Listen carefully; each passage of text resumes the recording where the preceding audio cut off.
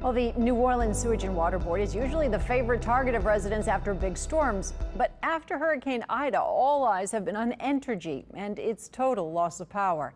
The Water Board wasn't without its faults, but David Hammer from our Down the Drain team found it came through Ida relatively unscathed. For the first few dark days after Hurricane Ida, the New Orleans Sewage and Water Board actually supplied more electricity than the electric company, a fact first noted by the Water Board's main watchdog, City Councilman Joe Giarrusso. Considering they lost energy power, it's pretty remarkable. One of my big concerns as the storm was approaching is whether or not we were going to lose power to the system. The fact that they were able to be a little bit over the 50 megawatts throughout is, like I said, I think something that many of us did not expect. Sewage and Water Board Executive Director Ghassan Korban said turbines 4 and 5, which have been broken a lot in recent years, pulled through in the clutch. Those are not the machines we want to rely on for the future, but for this event, they served us well. EMDs kicked in and they did their part. Backup generations elsewhere also, and in many cases, did their part as well.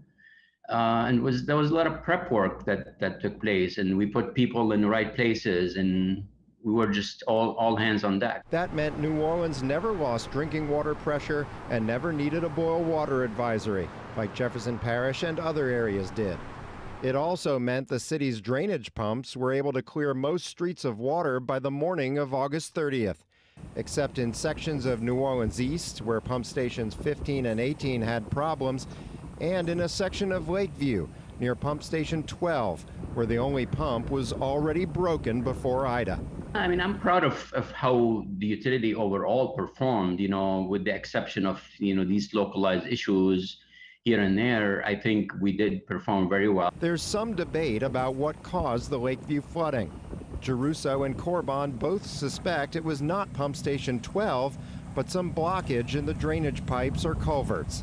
The fact there was retention of water 2 years ago and 12 was up makes it harder for me to believe that 12 being down was an issue this time. The one major failure for the Sewage and Water Board in Hurricane Ida was a direct result of Entergy's total loss of power. We have 84 sewer pumping stations, and at one point, none of them had power.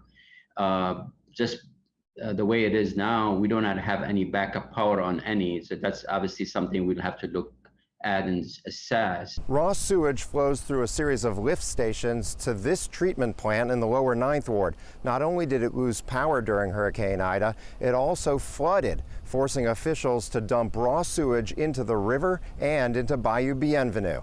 Because the alternative is sewer backing up into people's homes, which obviously creates public health related issues, and obviously no one wants sewage in their home. So it was a very tough decision, but given the two options, I had to do the diversion and let the sewage flow into the Mississippi. Louisiana Environmental Quality Secretary Chuck Carr Brown granted special approval to divert the sewage.